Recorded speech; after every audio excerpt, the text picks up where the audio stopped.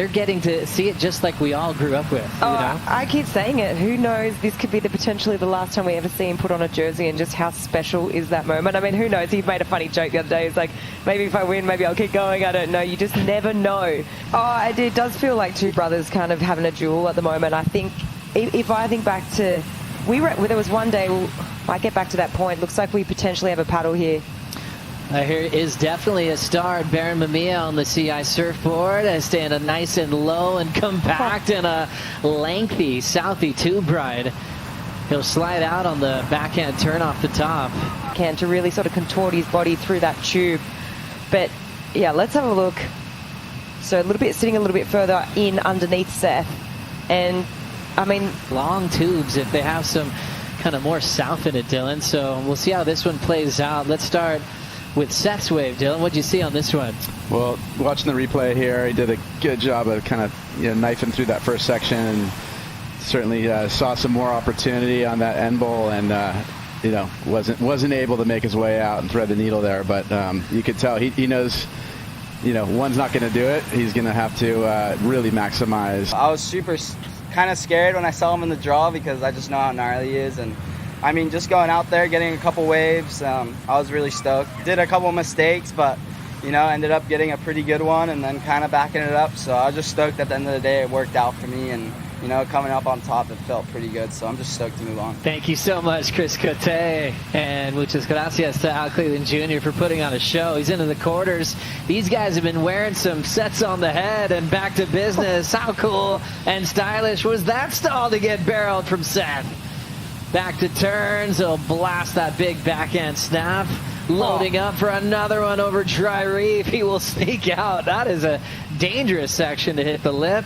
Control at the same time. I don't know if that even makes sense. It kind of like is a contradiction. But you see, just with the takeoff here and the entry into this tube, just kind of just really cruisy and at ease, and then really gets hectic on the inside here. This second turn, he had no business going there, and he really did. So he's not leaving any scoring potential on the board, that's for sure.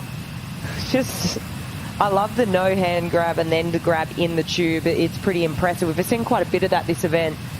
And then just slowing it right down here. It gets so critical on the inside. I mean, there's just so much power and water really coming together on this last section. So super risky to go for that last turn, and it's been so excited for 10s this whole event. I've just been calling almost every make on those opening days of 10 because I'm like, what?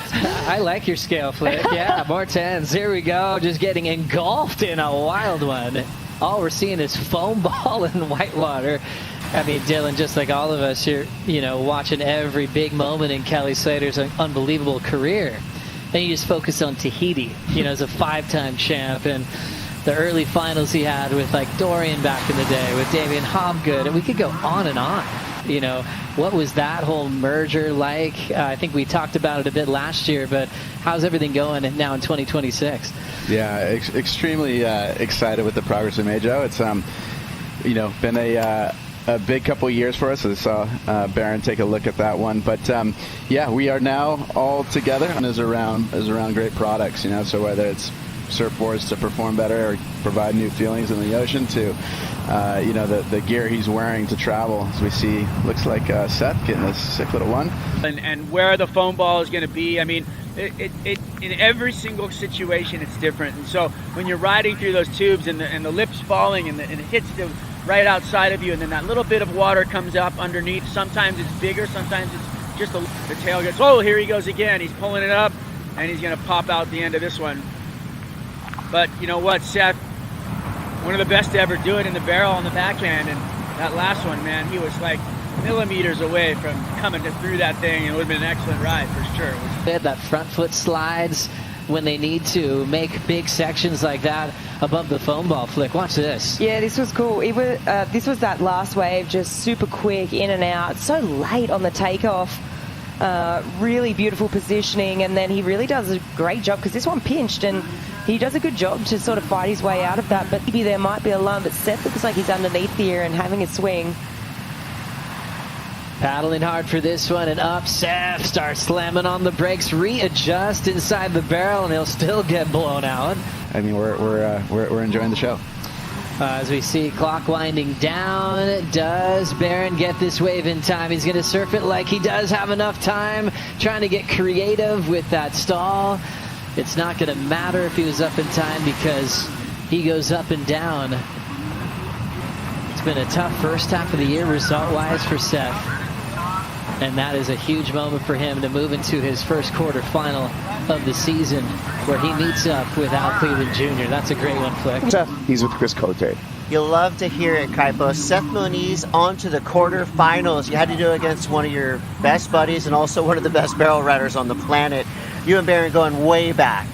Yeah, it seems like my side of the draw has just been so tough. I mean, everyone's gnarly, but Barron, of course, two-time pipe champ. So, yeah, I was looking forward to it. I definitely made some mistakes in that heat. I was super lucky I made it because I got gifted a couple waves that I never made that I should have, and just kind of playing a little too greedy on those barrels. But yeah, I'm happy. I had two really good heats this event, so kind of had to have one bad one, and squeak it through. You're saying Slater gave you a couple words of wisdom about peaking at the right time. Yeah, I mean, he never told me that, but I just heard him say it a few times. Like, the guys that mostly win events are the guys that, peaking at the right time. So kind of happy I had that heat. I didn't get perfect waves and kind of had to work really hard to make that heat. Now for you, I know you're so naturally gifted, of course, but what's going through your mind, like the mechanics of pulling into these barrels on your backhand? Is it muscle memory, or is it something that you actually kind of think about as it's happening? I mean, I think the more you think about it, probably the worse you're going to do. But it's kind of just a feel thing, barrel riding. And I think in that heat, I wasn't really feeling it. I was really trying to muscle it and kind of working too hard and not letting the wave do the talking. So I don't know, just tomorrow I gotta step it up because I definitely wasn't happy with that performance. Yeah, so it's right. You learned something from every single heat, every single wave that you surfed. What are you taking from that one? Yeah, the size is just way different. It's a lot smaller than the last two big days, so the barrel read is different.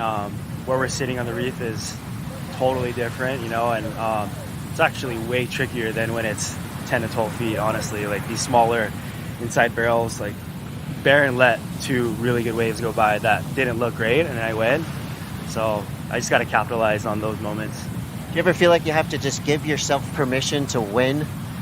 Yeah, I guess I'm beating myself up, falling on those two waves, but I'm stoked, get to go home, reset for tomorrow, and finals day. Let's go. Get barreled. Yeah, Seth.